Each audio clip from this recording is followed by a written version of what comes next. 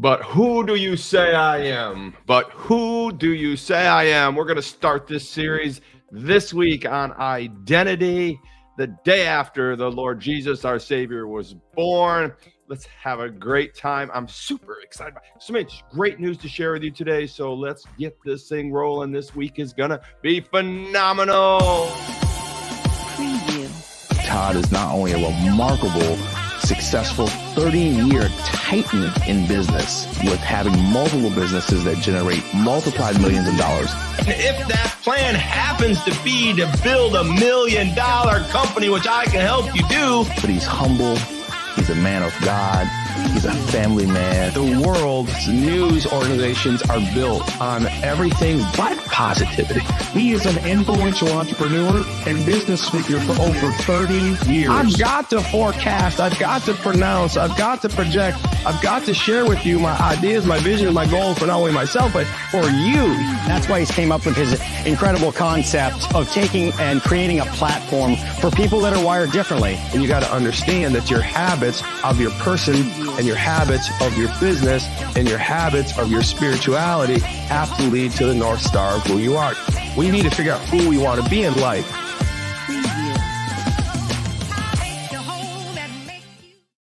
We want to figure out who we want to be in life. I listen to my own internal, as my motivational giddy up, get going every morning when I do this. And gosh, Friday, man, that who do you want to be in life sticks out more than often. And this morning, we're going to be talking about identity. We're going to be talking about a lot of things this remainder of this week, Tuesday, Wednesday, Thursday, and Friday.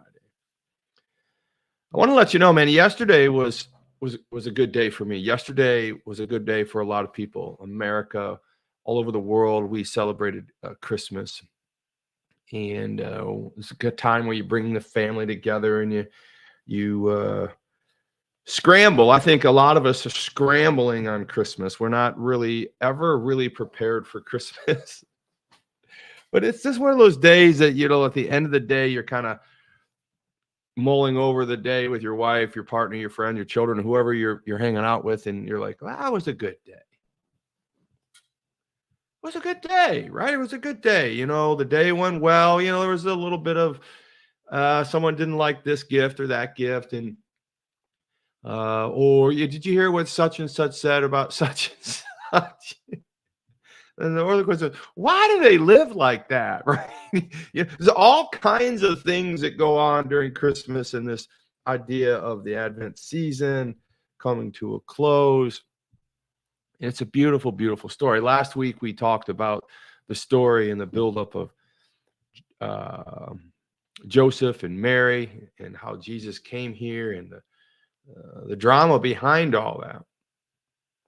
But somehow, Christmas, the birthday, and all of those things that go on with it, everything kind of just gets better, right? Everything gets better. And when I started thinking about what I was going to talk to you about this week was, I was going to dwell on, Christmas and gifts and all that. As you know, I am the Grinch.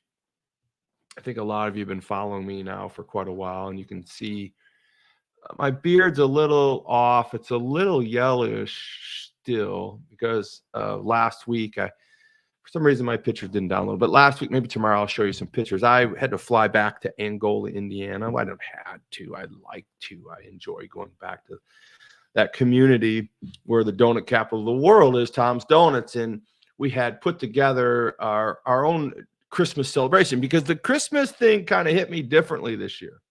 I don't know about you. The whole idea of Christmas it certainly didn't change, but it hit me differently. I was driving through the community of Angola, Indiana, and I was thinking, man, this street needs some fire. This street needs some energy. And our business wasn't really celebrating much but summer for 50-some, 1, 2, 3, 4 years. And so I talked to Heather. I said, Heather, let's be Christmas on North Wayne Street. And so that's how the whole thing started. We sat down and said, how can we be Christmas on North Wayne Street?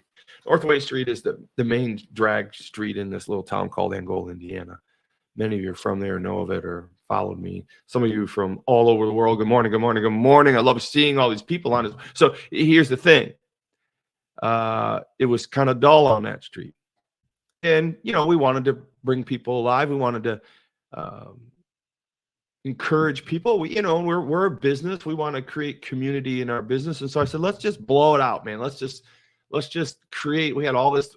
We have 2 buildings on the road there, and they're flat roofs. And I thought, well, why don't we just create like the best Christmas decoration with all that real estate we have on the roofs of these buildings? And so I asked Jeannie to put it together, and a great guy by the name of Pat Manahan. He gets out there, and all of a sudden, before you know it, and they got on the internet, and they ordered all kinds of stuff from Amazon. We had the Grinch. We had to have the Grinch. We had Santa Claus. We had the reindeer. We had snowmen. We had Christmas trees for days. It was just phenomenal, right? And I said, well, why don't we do something to be a little bit more spectacular? Why don't we have the Grinch show up as well as Santa Claus? And so that's kind of how that whole thing took off. And so I cut a commercial as the Grinch. I've been talking like the Grinch for quite some weeks now, because the Grinch personifies Christmas. And you say, how can the Grinch personify Christmas? He's against Christmas. He's a Christmas hater. He's a Santa hater. Well, I digress. I will explain that to you. Sure enough, Santa shows up. The Grinch shows up. They face off, and they decide not to tangle.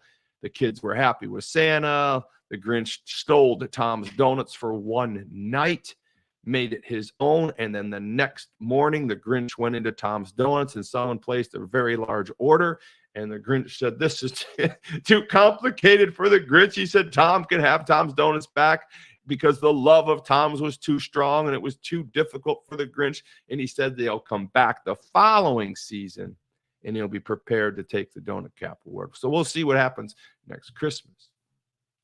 All that to say is, who do you say I am? My trip on the way to Tom's Donuts in Angola, Indiana, is always the same, generally the same. I get on an airplane. I'm fortunate enough to fly first class. Thank you, Tom's Donuts and Payserve and all the companies that are doing a great job for me to be able to fly and travel like that. But I go through Atlanta, and I stop at Atlanta, and I find a way to kill 2 or 3 hours in the airport. Doesn't take much time to figure out that you got to go from place to place, and you've got to do a little shopping. You've got to, there's a massage place there. There's shopping, there's food, there's anything you want at the Atlanta airport. But that's not what this is about. So I'm at the Atlanta airport, and I'm getting ready to actually move from one terminal to another terminal. As I was I jump on the tram because I got to go from A to E. And as I jump on the tram, just a little late, I step on there. The doors are still wide open. And there's some people that always, I'm kind of this guy, but always try to beat the door before it closes, whether it's a red light, right? We talked about the red light, or a tram door. Well, this father was, I don't know if they were late for a flight or what, but they were definitely in a hurry, and he had a little boy behind him. And as he was running down the tram, I could see the father trying to get to the door. And he had about, I don't know, I don't think he realized it, but he had probably 4 yards ahead of his, I'm going to call him 11-year-old son. And in his desperate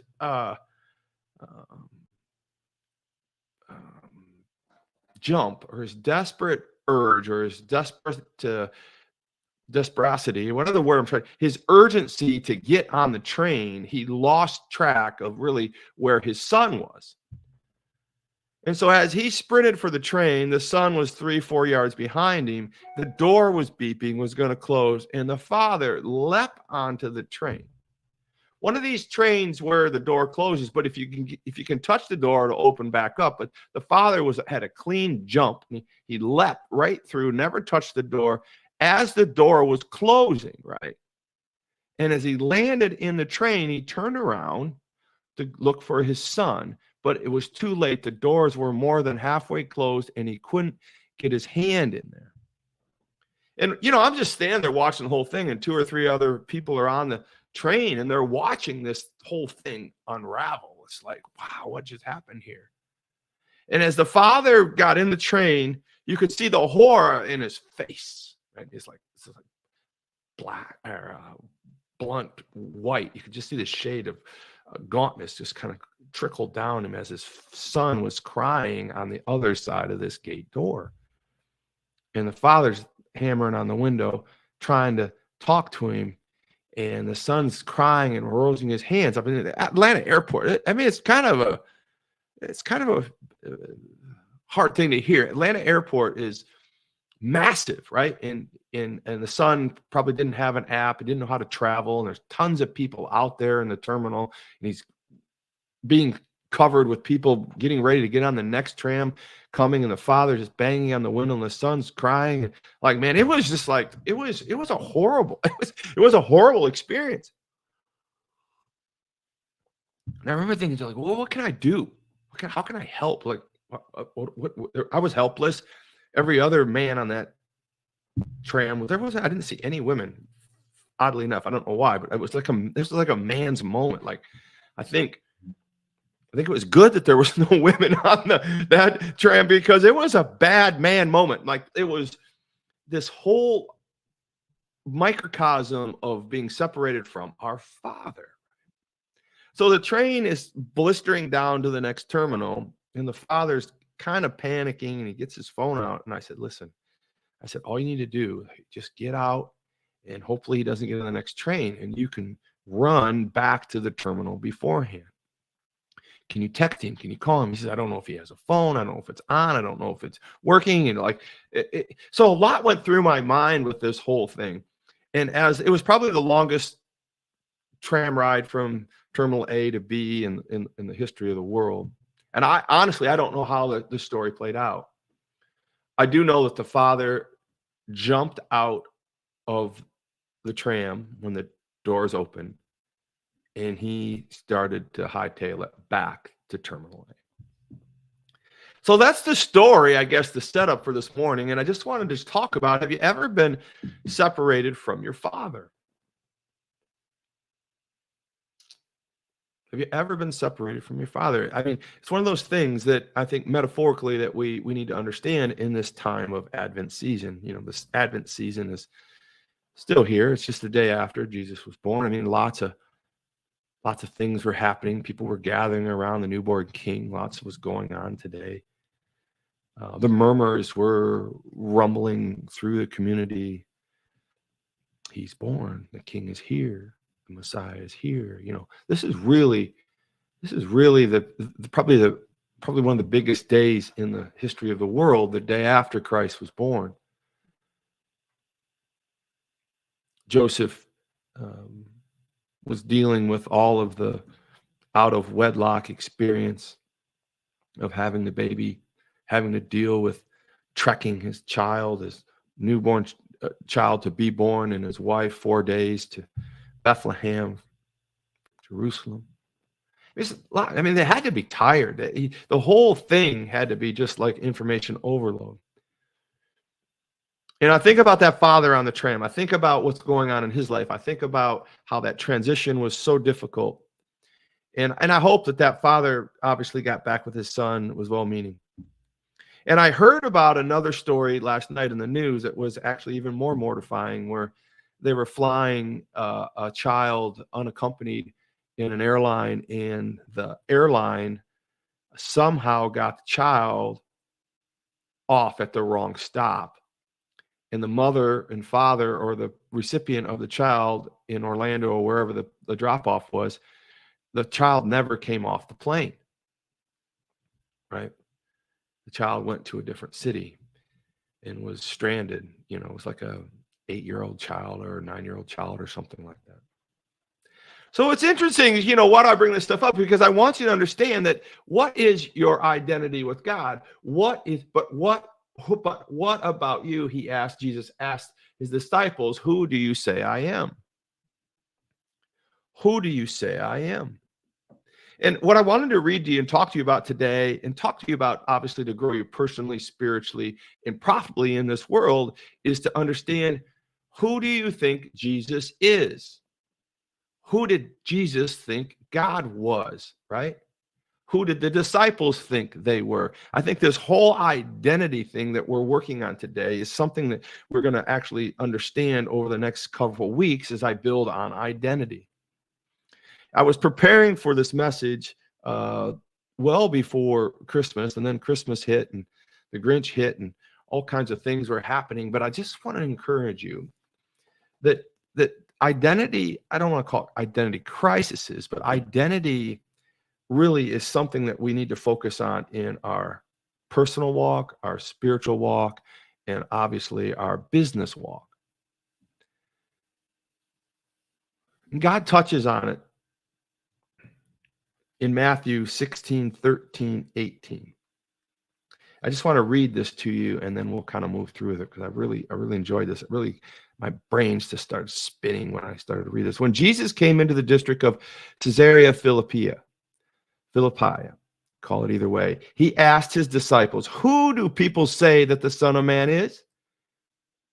And they said, "Some say John the Baptist, others say Elijah, and others say Jeremiah, or one of the prophets anyways." He said to them, and Jesus said, "But who do you say that I am?" Simon Peter replied, and he was eager. He got out there right out in front. He said, "You are the Christ, the Son of the living God." And Jesus answered him, "Blessed are you, Simon Bar-Jonah," the son of Bar-Jonah, "for flesh and blood has not revealed this to you, but my Father who is in heaven. And I tell you, you are Peter, and on this rock I will build my church, and the gates of hell shall not prevail against it." So the beautiful thing about this is that Jesus is walking on this world. He's got the disciples. He's answering to his Father, God. He is clearly God, our Father, God in the flesh, right? And these men are trying to be with him, right? They're trying to understand him. They don't really understand everything that's going on right now and exactly who Jesus is, exactly what's going on, but they are following him as God, our Father. They're seeing God through Jesus, right? But Jesus gives them this moment of teaching, gives them this moment of fulfillment. And he says, "Listen, man, I just want to know, who do you think I am? Like, what's going on? Who do you think I am?" And this is the beginning of where God really starts to understand or delineate this idea of miracles, right? This idea of maybe different levels of miracles, because miracles come in all shapes and sizes, but they come in levels. They got, like, I kind of wrote these down. They've got a low-key miracle, like we're going to talk about right now. And then we have the I'm actually really here type miracle.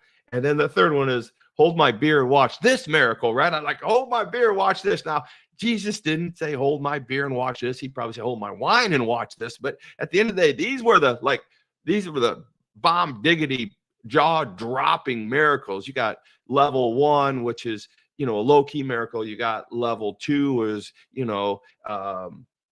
I'm here for real. I mean, really, let me just show you something that I'm for real, like a magic trick or something that you can't really believe. And then last but not least, there's miracles in the Bible that are like serious, like the parting of the Red Sea. I mean, it's like raising of Lazarus. I mean, these are some major bomb dropping miracles.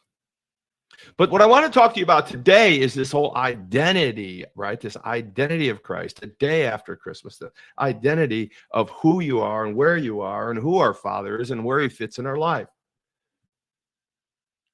So I thought I would just kind of break this down a little bit for you. And some say that John, so here's what happens. Jesus asks the disciples of who do they think that he is? And the first one says, some say John the Baptist. Well, who was John the Baptist? Why would you think John the Baptist? Well, John the Baptist was the precursor to Jesus, right? He was the guy coming and saying, here comes the Messiah, here comes the Messiah, here comes the Messiah, here comes the judge, here comes the judge. You ever watch Laughing? Long show ago.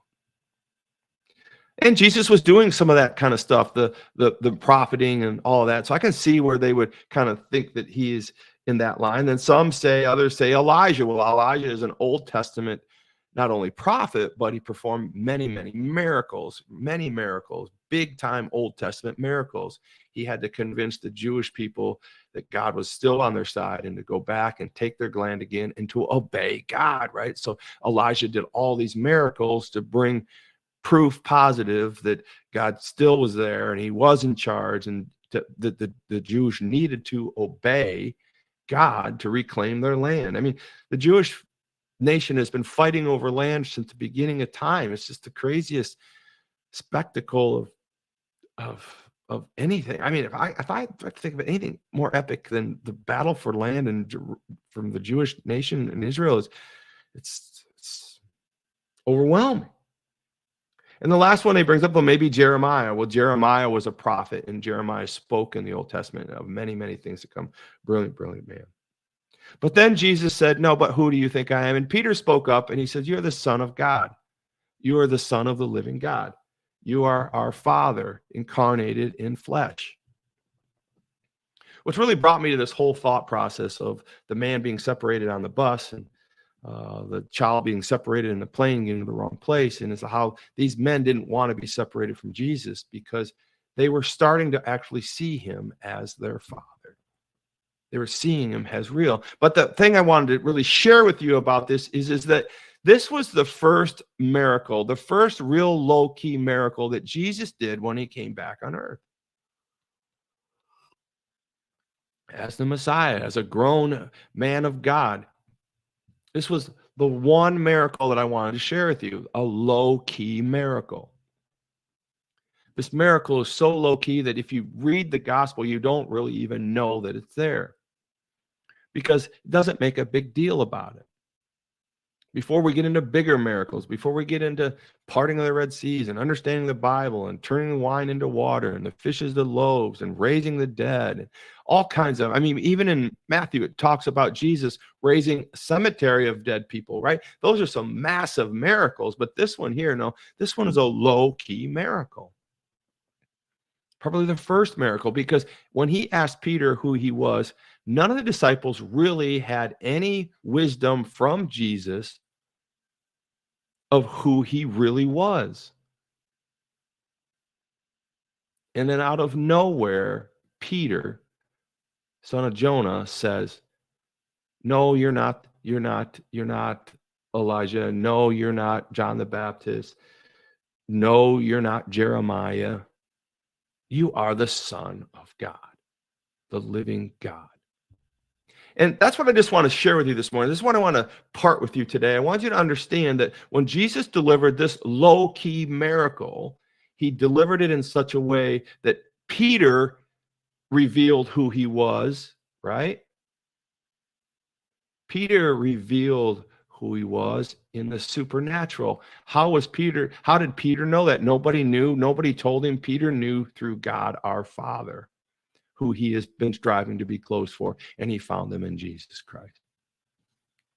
So I just wanted to share those things with you this morning as an identity setup. We've got a big day coming ahead of us. I'm going to be at Salem Media today at 3 o'clock. I want everyone to understand that Salem Media is happening. I'm going to be on 3 hours today. I'm super excited about it. I just want to get in the studio and get started. I really want to make this a great day in that regard. I want you to understand that this is the day after Christmas. This is the day where I really want you to start thinking about your identity and who your Father is. I want you to start thinking about how not to be separated from our Father, how not to let separation happen between our Father and the identity that we bring into the world today for others to see. We shouldn't be guessing Jeremiah or John the Baptist or Elijah or any of those figures. We should actually clearly know that today, especially the day after Christmas, we should know. We should know. We should know about miracles. We should know about miracles. We should know where we sit in our Father's life. It's kind of a sad story I told you, but I'm sure that the child was brought back together with his father. I'm sure that the child found a way to get through all that. I'm sure I know that the airplane reunited the children that put the child at the wrong airport. I know that came out good, but I also want you to know that your day will come out good. I want you to be a believer. I want you to be an understander. I want you to believe that your identity is of God. Your identity is of Christ. And as Peter said, right? You are the Father. You are the living God. You are the Messiah. Anyways, I want you to make sure we're moving forward in our businesses today. I know some of you still got time off. Some of you are traveling, and I'm thinking about you guys. I want you to understand that today at 3 o'clock, I'm going to have a lot of fun with you all. And I want to see you on Salem Media from 3 o'clock to 6 o'clock. There's a phone-in number. We're going to have a great time today. And I just want you to know I was thinking about you, and have a great day. What an amazing, amazing time we're about to have in this year. 2024 is coming, my friends. So let's get it on like Donkey Kong in